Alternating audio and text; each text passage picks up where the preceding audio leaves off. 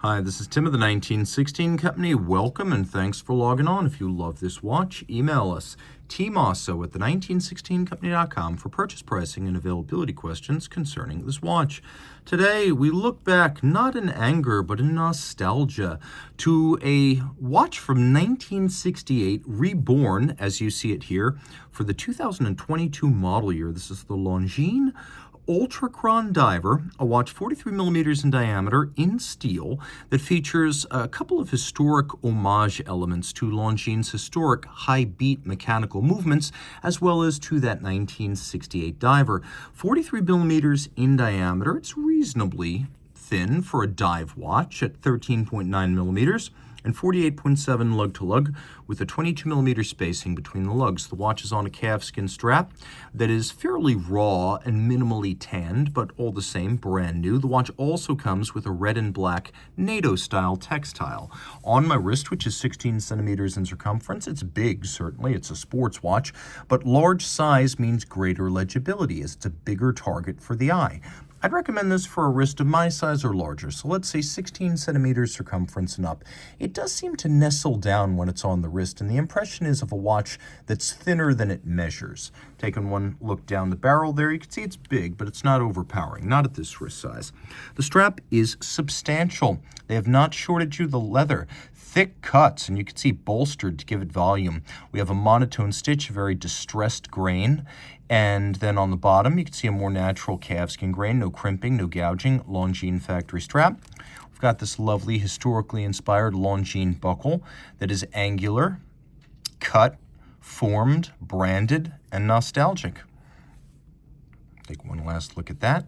Now the case. Like many vintage watches and vintage-inspired watches, it features a distinctively thin case band, which seems to be one of the defining traits of watch design prior to the 80s, particularly sports watches. We do have a screw-down crown. The watch is 300 meters water-resistant. We've got a sharp and, I must say, delightful micro-knurling on the edge of the bezel, which is 120 click. It has excellent feel and sound. Excellent. Really, up there with Rolex Blancpain's better bezels, Grand Seiko, and oddly enough, the Calibre de Cartier diver, which I've always considered a point of reference for bezel refinement. So this is among the best, despite being a relatively accessible brand within the Swatch group. Longines has delivered quality. You can also see that there's a sapphire cap atop this bezel, which creates a wonderful depth effect and provides a resistance to scratching. We'll do a lume shot, and I think you'll be extremely pleased to see that this is a fully loomed watch with huge profiles on the dial, as well as a largely loomed bezel where you have the four corners well lit and a huge triangular index. You can also appreciate that the dial has a matte granular texture, and we'll get a little bit closer to show that to advantage. Of course, you can see the indices vary by design depth and even whether they are transferred or applied. We have that large red varnished minutes hand, because even in the light, it's important to be able to read your bezel against the minute hand. And then you can see the whimsical, cyclical sine wave, and that's more of an interpretation. I think that's what you would see on a chronoscope. And perhaps it's not a perfect sine wave right there, but what we're looking at here is a 5 hertz beat rate. So 10 beats per second, 36,000 vibrations per hour.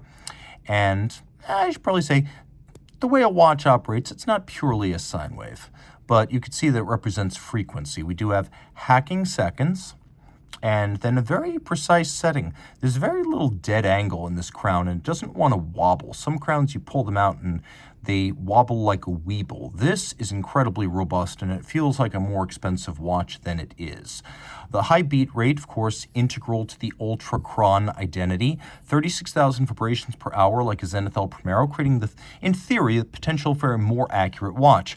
Also, because it's beating 10 times per second rather than 8, 6, or 5, it sweeps more smoothly. That said, it still has a respectable power reserve.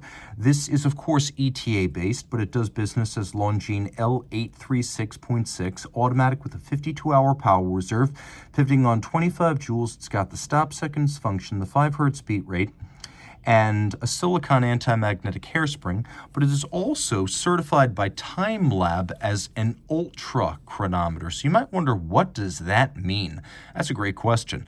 Basically, it means it meets the ISO 3159 chronometer standard, that is, for example, COSC, but the COSC test involves about 2 weeks of testing a bare movement to 5 positions, temperature, and isochronism, whereas here, the watch is tested through all of those measured positions and temperatures as a fully assembled timepiece, and it does make a difference in how the watch keeps time.